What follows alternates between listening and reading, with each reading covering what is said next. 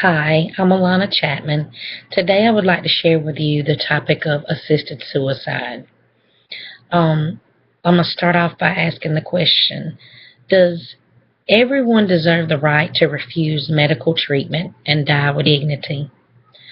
A lot of you would answer that, no, I think everyone dies when God makes time for them, or, you know, everyone needs to pass the right way.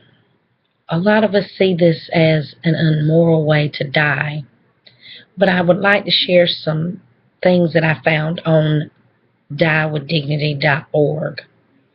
I ran across several stories of people who've become terminally ill and wanted the choice to stop the pain, stop their suffering, and be able to die on a day where they have their entire family around, can share how they feel, what they've been thinking, how much they love them. This really touched base with me because my father was diagnosed with terminal cancer when I was 12. I know that seems like a very long time ago, but it's something I never got over. He died on a day that I wasn't around. I was at school. It haunts me to this day because I didn't get to tell him I loved him, what I thought of him, how much he meant to me. I think a lot of people in the stories that I read felt the same way. I came across the story of Brittany Maynard. She was 29 years old. 2014, she was diagnosed with brain cancer. It was terminal. Her doctor gave her the options, let her know what the medicine, the radiation, the surgeries would do to her. Brittany thought about her family and her husband, who she had been married to for just a little over a year, and decided to become a resident of the state of Oregon.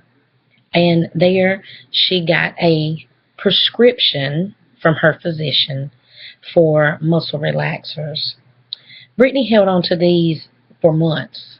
She went on vacations, she shared time with her family, she did all the things that she wanted to do in her life crammed into a small time frame. Brittany died surrounded by her family, and everyone got to say everything they needed to say. Now, even though it may be morally wrong to some, just the thought of being able to think about the loved ones that have passed, if you had those last few minutes, if you could say the things you wanted to say, be there, you would never have to regret that feeling, and you wouldn't have to worry about them suffering.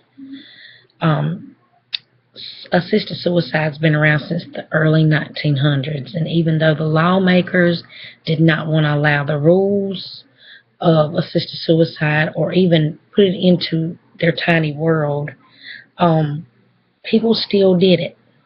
Doctors still assisted. Even though they got prison sentences, some of them for assisting the terminally ill, they still were at peace knowing that they ended their life the way they wanted to. Assisted suicide is legal in several countries: Belgium, Holland, Luxembourg, Switzerland, Germany, Mexico, and 4 U.S. states: Montana, Oregon, Vermont, and Washington. There is 3 things that are needed for you to be able to make the decision of assisted suicide.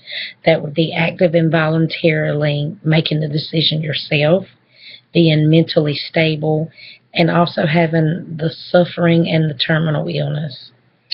For me, I work with patients in a nursing home every day.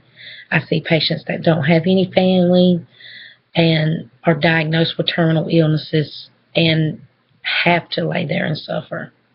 I think after this research, I have become more into assisted suicide. I think it makes you more involved, to think about your loved ones in the future times. Everybody has mixed emotions and feelings about this, but I hope that if you go to diewithdignity.org, and do a little research as I have, you will see another door open about this topic. Thank you.